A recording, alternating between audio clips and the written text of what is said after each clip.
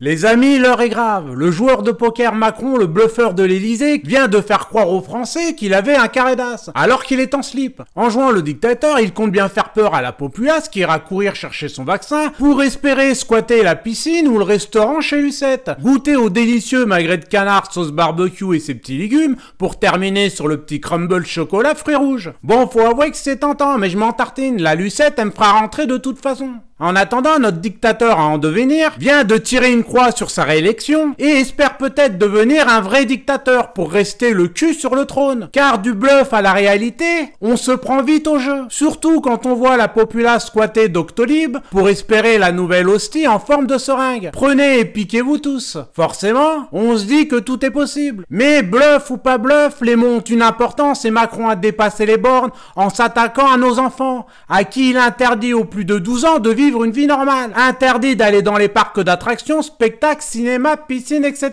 C'est une déclaration de guerre et c'est l'erreur de trop. Il croit pouvoir chicoter nos gosses sans qu'on ne dise rien. Faute grave. C'est pourquoi le Attal veut maintenant de la souplesse pour les 12-18 ans. Ils se sont rendus compte de leur connerie, mais c'est trop tard, le mal est fait. Aujourd'hui, mes amis, Macron s'attaque aux Français. La ségrégation sera légalisée en voulant l'inscrire dans la loi dans les prochains jours. À ce niveau d'abjection, nous ne pouvons compter que sur nous-mêmes. Nous sommes des millions en France, retenez bien ça. Autre information toute personnelle.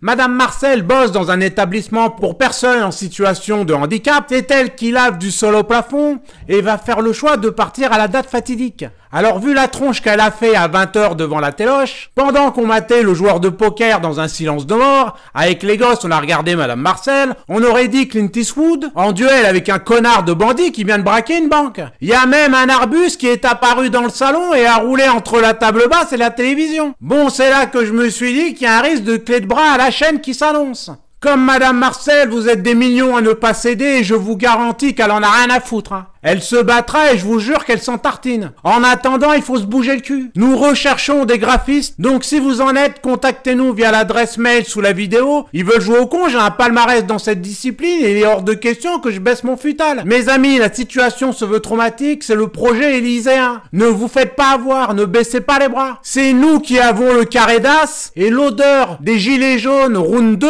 risque de revenir puissance 10. Si vous souhaitez nous soutenir via le financement participatif ou faire un don, c'est sous la vidéo. Des annonces sont à venir, il est temps de s'organiser. Français, Françaises, qui que tu sois, il est temps de se réveiller, il est temps de nous battre, il est temps de reprendre notre liberté. Nos enfants nous regardent. Il est hors de question qu'ils vivent dans cette France d'apartheid. Y a pas moyen. Il n'y aura pas de négociation, nous ne céderons devant rien. Le gouvernement et son roi vont goûter la colère d'un peuple à qui on afflige la ségrégation, à qui on humilie les enfants, et ça c'est la goutte d'eau. Il est temps de se réunir, de rassembler les forces et de combattre ces lois discriminatoires. Ne désespérez pas car c'est le but recherché de ces dingues. Requinquez-vous, relevez le menton et fixez la victoire les amis. À la fin de toute façon on gagne. Je vous le garantis. À ciao les amis et à très très vite.